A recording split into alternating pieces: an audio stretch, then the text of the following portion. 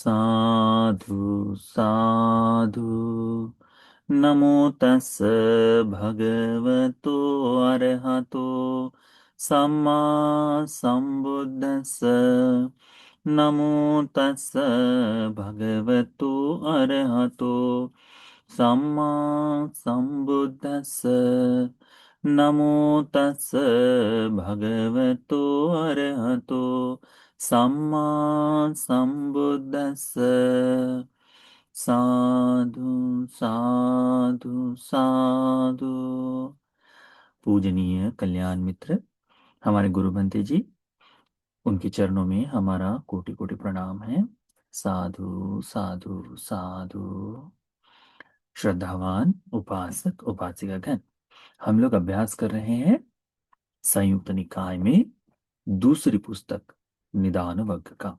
इस निदान वर्ग में धातु संयुक्त का चौथा वर्ग, ठीक है, धातु संयुक्त का चौथा वर्ग है, जिसमें दो सूत्र हमने समाप्त किए।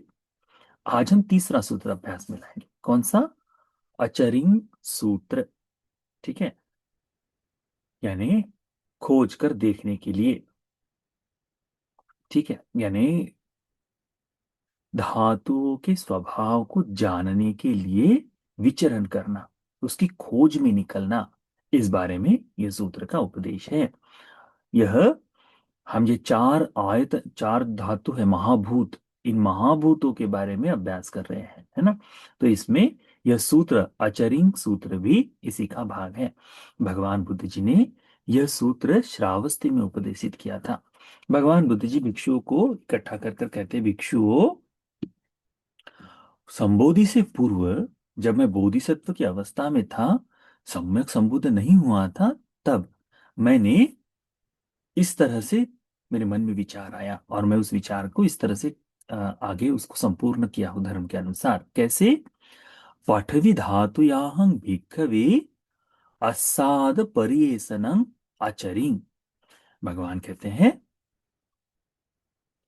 कि पृथ्वी धातु जो है, इस पृथ्वी धातु के आस्वादों की परिएसना आचरिं मैंने जानी नहीं थी, ठीक है। जब मैं इस पृथ्वी धातु के आस्वाद को नहीं जानता था, ठीक है, तो उसे जानने के लिए यो पठवी धातु या असाधु तजग तदजगमं, तब मैं उसको खोजने के लिए, उस पृथ्वी धातु को खोजने के लिए मैं उस दिशा में गया। क्या देखने के लिए? आस्वाद, ये पृथ्वी धातु का आस्वाद क्या है। तो हमने पिछले सूत्र में क्या सीखा? आस्वाद क्या होता है कि जब यह उस पृथ्वी धातु से जो सुख सौमनस्य उत्पन्न होता है, जो सुख उत्पन्न होता है, इस सुख सौमनस्य को देखना या उस सुख सौमनस्य का भाव जो है, उसे कहते हैं पृथ्वी धातु का आस्वाद। तो भगवान कहते हैं कि मुझे जब तक ये मेरे दृष्टि में नहीं था कि ये आस्वाद है, अब अनेकों बार होता है, कई बार हम दुख भी, है ना, सुख के भाव से देखते हैं, तो वह बगैर जाने ही उसका आस्वाद लेना आरंभ करते हैं, बगैर जाने ही उसका आस्वाद लेना। तो इस आस्वाद को तब जाने बगैर हम समझ नहीं सकते कि यह आस्वाद है करके। तो भगवान कहते हैं कि ऐसे समय में जब मैं इसको आस्वाद परिये सनंगचरी, जब तक मैं आस्वाद की खोज में नहीं गया, तब तक मैंने इसे नहीं जाना।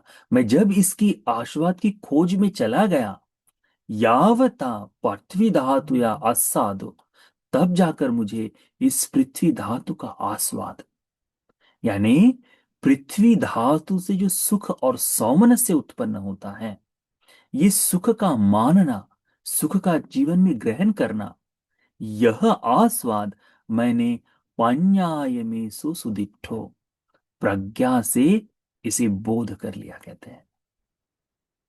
इस आस्वाद को भी अब हमारे जीवन में अनेकों ऐसी घटनाएं घटती हैं जिसका हमें सुख का अनुभूति तो होती है, परंतु मैं इस सुख को भोग रहा हूं ये नहीं समझ में आता। अब जैसे भगवान कहते हैं लोक धातुओं में कंपित होने वाला चित्त कैसे होता है?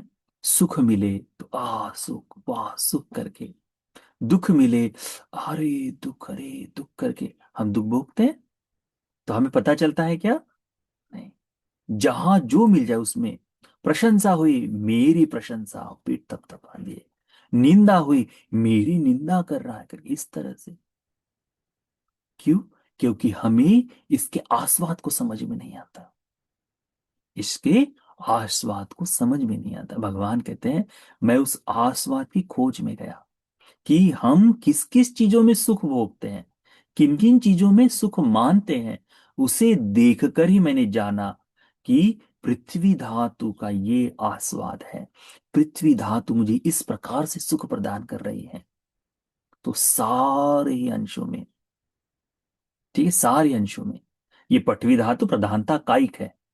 तो कायक से भोगे जाने वाले सभी सुखों का आकलन तथागत ने उस तरह से किया, और प्रज्ञा से बोध कर लिया कि पृथ्वी धातु का यह आस्वाद है। फिर भगवान कहते हैं पृथ्वी धातु याहं भिक्खवे आदीनव परियेसनं अचरिंग। मैंने इस पृथ्वी धातु के आदिनवों का अभ्यास नहीं किया था। तो यो पृथ्वी धातु आदिनवो तदज्जगमं, तब मैंने इस पृथ्वी धातु के आदिनवों का परियेसन करने की वहां तक पहुंच गया, मैंने उसको खोज लिया। आदिनव क्या है? आदिनव क्या होते हैं? आदिनव होते हैं ये जो पृथ्वी धातु है, यह क्या है? अनित्य है। अनित्य है। इसे नित्य पकड़ सकते हैं क्या? नहीं, अनित्य है। अनित्य क्या होता है? दुख होता है। कोई भी परिणाम, कोई भी परिवर्तन हम स्वीकार नहीं करना चाहते। जिनके घर में बालक जन्म ले, उन्हें लगता है मेरा बालक ऐसा ही बना रहे, कितना भी पकड़ने की कोशिश करो, संभव है रोक पाना उस बालक को बड़ा होने से? हम्म। नहीं। अपने इशारों पे चल यहां से उठो, यहां बैठो, अभी नहाओ, ये सब करना चाहते हैं। थोड़ा सा बड़ा होने के बाद, 10 15 12 13 साल का होने के बाद, उठ, 5 मिनट और थोड़ा सा और लेटा रहेगा। संभव है अपने हिसाब से बना? नहीं। परिवर्तन हो जाता है। हमारा स्वयं का शरीर ही पकड़ लो। युवा अवस्था में हम चाहते कि जल्द से जल्द बदले, पर जैसे ही 20 25 25 साल की उम्र हो जाए, उसके बाद लगता है कि अब बदलाव होना रुक जाना चाहिए करके। और जैसे जैसे थोड़ा थोड़ा बदलाव होता है, पीड़ा ही आती है, घुटनों के दर्द से, कमर के दर्द से शुरुआत होती है। वो जो अनित्य है, ये शरीर की जो अनित्यता है, ये सुख देती है क्या? नहीं, दुख ही देती है। उसको समझना चाहिए। हम्म। दांत का दर्द है, कान का दर्द है, सर का दर्द है, कमर का दर्द है, घुटनों का दर्द है, सारे ही दर्द, पेट का दर्द है, ये सारा, तो ये जो अनित्य है वो दुख है। तो जीवन में जितनी परिवर्तनशील है, वो सारी चीजें जो अनित्य भाव से जुड़ी हुई हैं, आज है कल नष्ट हो जाएगी। ये अनित्य दुख से जुड़ा हुआ है। विपरिणाम धम्मा, ये सारी चीजें विपरीत परिणाम की होने वाली है, यानी परिवर्तन के नियम से बंधी हुई है। जो जैसा है वैसा नहीं रह सकता। यहां तक कि ये महापृथ्वी पर भगवान कहते हैं ये महापृथ्वी भी अनित्य है, विपरिणाम धर्म की है, परिवर्तनशील है। एक बड़ा सुंदर सूत्र है, पूर्व में आया है। भगवान कहते हैं कि ये जो इसी के लिए कोई किसी पर्वत के बारे में बताते, इसी के लिए है पता नहीं, परंतु एक पर्वत के बारे में कहते हैं। भगवान कहते हैं अतीत के समय में किसी व्यक्ति को उस पर्वत पर जाने के लिए 4 दिन जाने के लिए लगते थे, 4 दिन आने के लिए लगते थे। फिर कहते हैं बीच का समय ऐसा आया कि व्यक्ति 2 दिन में जाता था, 2 दिन में आता था। आज ऐसा समय है कि कोई व्यक्ति 1 दिन में चलाकर 1 दिन में, 4 1 घंटे में चढ़ जाए, 4 1 घंटे में उतर जाए। उसी एक पर्वत के बारे में बता रहे। भगवान बोधिसत्व की अवस्था में उस पर्वत पर चढ़े होंगे, तो भगवान ने वो देखा है। इसीलिए तो क्या है, ये महापृथ्वी भी परिवर्तन होने वाली है। ये जो परिवर्तन है, अनित्य, दुख और परिणाम होने वाला स्वभाव, ये इस पृथ्वी धातु के आदिनव है। आदिनव का मतलब क्या हुआ? हम्म। आदिनव का मतलब क्या हुआ? नुकसान। आदिनव का मतलब होता है नुकसान। हमें जो जो हानि हो वह हानि इसमें है। इसकी हानि क्या है? ठीक है, तो आदिनव है। भगवान कहते हैं इसके परे आगे चलकर कि मैंने जब इसकी खोज की, पर्येसना, जाकर वहां देखा, तो मुझे इनके आदिनव को समझ में आया। क्या कहते भगवान? यावता पठवी धातु या आदिनवो पन्याय में सुदिठो। तब मैं इस पृथ्वी धातु के आदिनवों को प्रज्ञा से बोध कर लिया, अच्छी तरह से जान लिया। सुदिठो, अच्छी तरह से देखा है। हम्म, प्रज्ञा से उसको मैंने बोध कर लिया है। फिर भगवान कहते हैं पठवी धातु याहं भिक्खवे निस्सरण पर्येसनं अचरि। भिक्षु, यह जो पृथ्वी धातु के निस्सरण की खोज में जब मैं नहीं गया था, यानी अचरिंग, जब तक मैंने उसका विचरण नहीं किया। यंग पठवी धातु या निस्सरण तदज्जगम, जब मैंने इसका विचरण करते हुए इसको देख लिया। क्या है निस्सरण? निस्सरण यानी त्याग का भाव। निस्सरण यानी इससे मुक्ति, छुटकारा। छुटकारा। देखो, हमने बंधन बांध के रखे हैं, सारी ही गांठें बांध कर रखी हैं, है ना, जानते हुए भी कि यह 80 वर्ष का जीवन, यह 60 साल का जीवन होते हुए भी हमने इसके बारे में क्या करके रखा है? हम्म, क्या करके रखा है हमने? गांठें बांध कर रखी है। तो ये जो बंधन बांधे हैं, इसको बांधने के कारण क्या हो रहा है? दुख उत्पन्न हो रहा है। तो इससे जो त्याग है, इससे जो बाहर निकलना है, वो क्या है? निस्सरण, मुक्ति। भगवान बुद्ध जी कहते हैं कि ये जो पृथ्वी धातु का निस्सरण है, जब मैं इसको देखा, खोजा, तब मैंने यावता पृथ्वी धातु या निस्सरण पंयायमी सुदिठं, तब मैंने इसे प्रज्ञा से अच्छी तरह से बोध कर लिया। इसी प्रकार से भगवान कहते हैं आपो धातु, ये जो आपो धातु है ना, क्या है आपो धातु? ये शरीर में बहने वाला जल। इस आपो धातु को इसी तरह से इसके आस्वाद, आदिनव और निस्सरण, इन तीनों का मैंने अभ्यास किया। जब तक नहीं गया था तब तक मुझे ये बोध नहीं हुआ, तब तक मैंने नहीं जाना। परंतु मैं इसकी खोज में निकला, इसको मैंने देखा कि ये जो लोक है, इस लोक में सत्व जो है, ये दुख क्यों भोगते हैं, इस लोक में ये सत्व दुख क्यों भोगते, इसको मैंने अच्छे से देखा। देखकर मुझे पता चला कि आदिनव, ये जो आस्वाद, आदिनव और निस्सरण, ये बोलना चाहिए। तो एक एक करके चारों धातुओं के प्रति, पठवी धातु, आपो धातु, तेजो धातु और वायु धातु, भगवान कहते हैं आपो धातु आहं भिक्कवे, तेजो धातु याहं भिक्कवे, वायु धातु याहं भिक्कवे, आस्वाद पर्येसनं आचरेन्। तो वायु धातु के बारे में उसी तरह से आस्वाद को न जब तक विचरण न किया, जब मैं उसका विचरण करते हुए वहां पहुंचा, तब मुझे उसका बोध हुआ प्रज्ञा से। यह आस्वाद है, ये उसका आदिनव है, ये निस्सरण है। किसी व्यक्ति के, किसी वस्तु के प्रति हमारा ममत्व छूट जाता है समय समय पर। कैसे छूटता है? हमने देखा होगा, हमें धन का बड़ा मोह है ना, मुझे भी है। तो धन का बड़ा मोह है, तो ये मोह इस वस्तुओं से जुड़ा हुआ है कि नहीं? परंतु जब धर्म से चिंतन करें, दान, यह हमारे कल्याण के लिए है। तो जिस वस्तु का हम मोह बांध कर चलते हैं, हम क्या करते हैं? किसी को दे देते हैं। दया, करुणा, इस भाव से हम क्या करते हैं? किसी को कुछ दे देते हैं। देते समय हमें पता है कि वो व्यक्ति हमें ये वापस नहीं देगा, परंतु जब देते हैं तो क्या हो रहा है? हम उसको त्याग रहे हैं। निस्सरण, उससे जो मोह है, ममत्व है, छूट रहा है ना, वह निस्सरण। तो ये चारों धातुओं के प्रति इसी प्रकार से निस्सरण होना चाहिए, इसी प्रकार से वह होना चाहिए। भगवान कहते जैसे जैसे ये होता है, वैसे वैसे मुक्ति का मार्ग।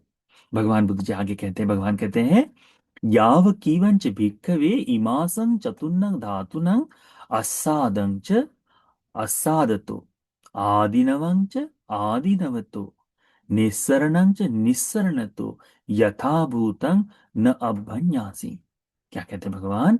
जब तक भिक्षुओं, यानी तब तक जब भिक्षुओं मुझे इन आस्वाद धातु, चारों धातुओं के आस्वाद को आस्वाद की तरह से, आदिनव को जान लेना जो है, निस्सरण को निस्सरण के भाव से, यथाभूत अच्छी तरह से मैंने जब तक बोध नहीं किया, तब तक नीव तावाहं भिक्कवे सदैव के लोके समार के सब्रह्म के सत्समनं ब्राह्मणिया पजाय सदैव मनुस्साय अनुत्तरं सम्मा संबोधिं अभिसंबोधोति संबुद्धोति पच्चन्यासी।